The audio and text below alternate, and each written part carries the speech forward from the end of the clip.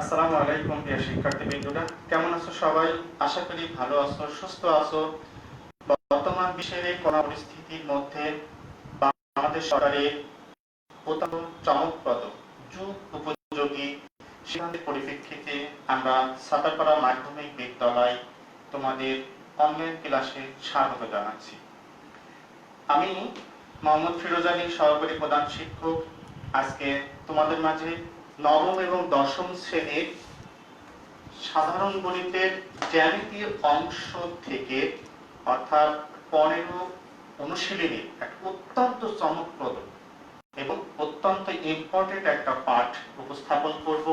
আশা করি তোমাদের ভালো লাগবে এবং তোমাদের শিক্ষা জীবনে অত্যন্ত কাজে দেবে। তো শিক্ষার্থী বন্ধুরা, আমাদের কি পড়ালেখা চলছে না বন্ধ হয়ে আছে? আমি বিশ্বাস করি তোমাদের পড়ালেখা থেমে নেই। আর সেই প্রেক্ষিতে তোমাদের মাঝে যদি প্রশ্ন করি, বড়দিনই ত্রিভুজের কথা মনে পড়ে কিনা? হ্যাঁ, অবশ্যই মনে আছে। সেই মনে থাকার প্রেক্ষিতে আজকে আমরা ত্রিভুজের পাঠ থেকে দুটা ত্রিভুজের অংশ নিয়ে আমরা একটা সুন্দর জ্যামিতি প্রমাণ করব। তো ত্রিভুজের মধ্যে আমরা জানি ত্রিভুজ হলো তিনটা বাহু দ্বারা আবদ্ধ চিত্রই হলো ত্রিভুজ। ত্রিভুজের প্রকারভেদের মধ্যে বাহুভেদের ত্রিভুজ রয়েছে হলো 3 প্রকার, কোণ ভেদের ত্রিভুজ রয়েছে 3 প্রকার। সেই 3 প্রকারের ভিতর থেকে দুটা ত্রিভুজ নিয়ে আমরা কাজ করব। একটা সমবাহু ত্রিভুজ আর একটা হলো সমবাহু ত্রিভুজ। সমবাহু ত্রিভুজ নিশ্চয়ই মনে আছে তোমাদের। সমবাহু ত্রিভুজ হলো তিনটা বাহুই পরস্পর সমান। আমি এটা অঙ্কন করে নিই। একটা বাহু দিলাম AB, আর দিলাম BC, আর একটা বাহু দিলাম কি AC। এই তিনটা বাহুই পরস্পর সমান। এই তিনটা বাহু যখনই সমান হলো তার সেটারটা কি সমবাহু ত্রিভুজ। আর সমবাহু ত্রিভুজের কথা বললে কিসের কথা মনে পড়ে? পরিমিতির একটা সূত্রের কথা মনে পড়ে। সেটা কি? যদি ত্রিভুজের বাহু A হয়, A তাহলে ক্ষেত্রফল কি ছিল? √3/4 a² ছিল।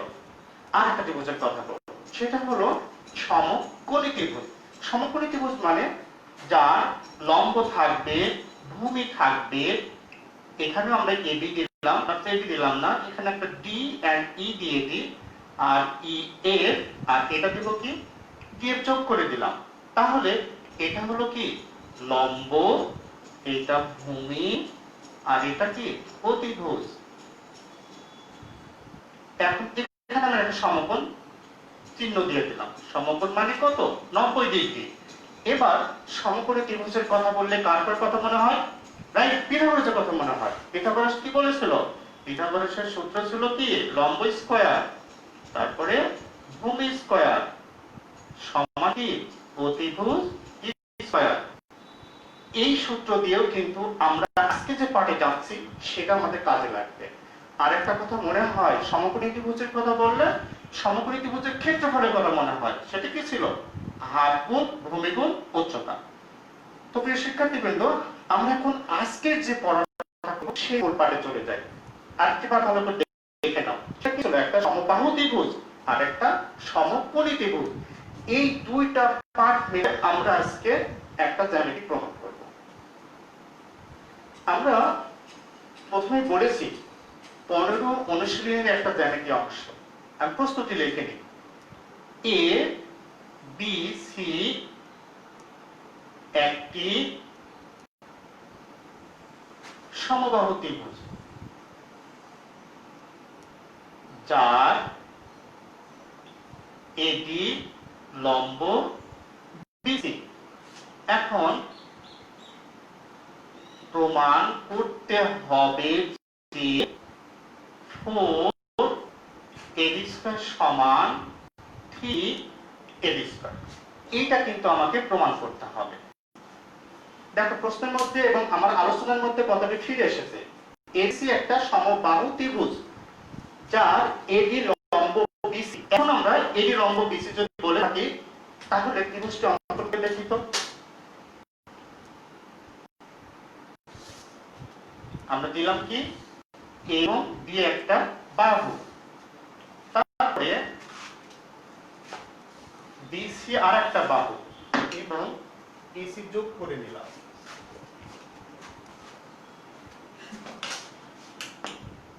এরপর এ বি সি ত্রিভুজ যার তিনটা বাহু পরস্পর সমান, তিনটা বাহু পরস্পর সমান। এরপরে আমাদের প্রশ্ন ছিল কি দেখো, সেটা হলো এখানে এডি লম্ব বিসি। তাহলে এখন আমরা কি করব, এডি লম্ব টেনে দিই। আমরা এডি লম্ব টেনে দিলাম, এখানে নাম দিয়ে দিলাম ডি বিন্দু। তাহলে এবার প্রশ্নের সাথে দেখো মিলে গেছে, সেটা কি এ বি সি একটা সমবাহু ত্রিভুজ ছিল, A B D A D C দুটো ত্রিভুজ উৎপন্ন হয়ে গেল। যখনই আমাদের এটা আসলো কি লম্ব, তখন এটাকে আমরা কি করব, লম্ব চিহ্ন দিয়ে দিলাম। তাহলে দেখো সমকোণী ত্রিভুজ হয়ে গেল। এ কি ত্রিভুজ হলো, এ ডি বি একটা ত্রিভুজ এবং এ ডি সি আরেকটা ত্রিভুজ। এখানে A D B A D C আমি একটু আলাদা করে নিই, এমন সে হয়ে গেছে। এ ডি বি সমকোণ চিহ্ন দিয়ে দিলাম। আবার এইদিকে যদি আমরা অঙ্ক করে ফেলি এ বি সি, তাহলে কি খেয়াল করেছো আমার প্রথম অরিজিনাল ত্রিভুজ কোনটা ছিল, এমন ত্রিভুজ ছিল কিন্তু এ বি সি, এইটা ছিল হলো সমবাহু ত্রিভুজ। এই সমবাহু ত্রিভুজ আর দুইটা সমকোণী ত্রিভুজ, তাহলে প্রথমে আমি আলোচনা করেছিলাম সমবাহু ত্রিভুজ নিব এবং কি সমকোণী ত্রিভুজ নিব। তাহলে এই দুইটা ত্রিভুজ মিলে আমরা একত্রে করে এই প্রুফটা করে ফেলবো ইনশাআল্লাহ।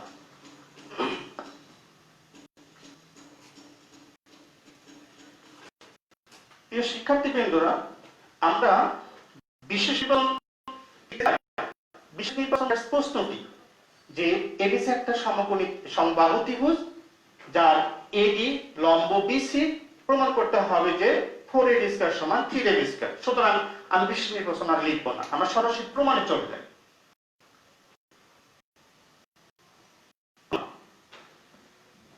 দেখো তো, যেহেতু এডিটা এডি অংশ এডি বাহুটা বিসি বাহুর উপর কি হয়েছিল, লম্ব হয়েছিল।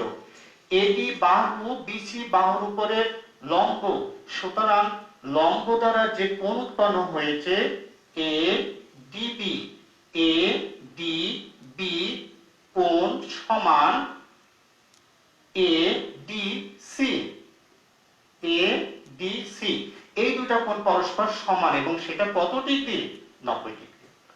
তাহলে A B D sorry A DB A DC 90 degree, that's এই দুইটা কোণ কি কোণ, সমকোণ।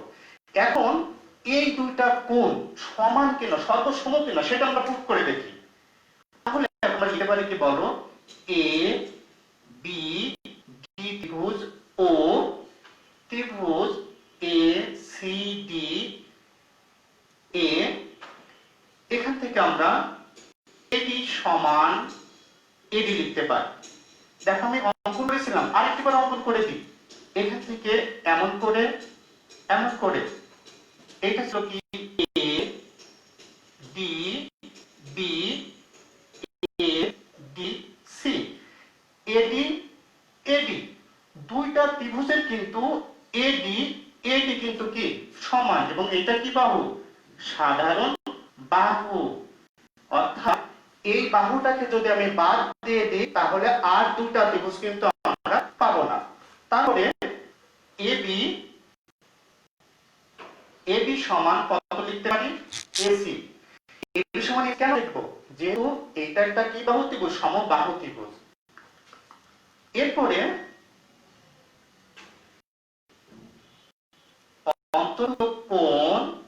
অন্তর্ভুক্ত কোণ হলো এ ডিবি সমান এডিসি, এ ডি সি।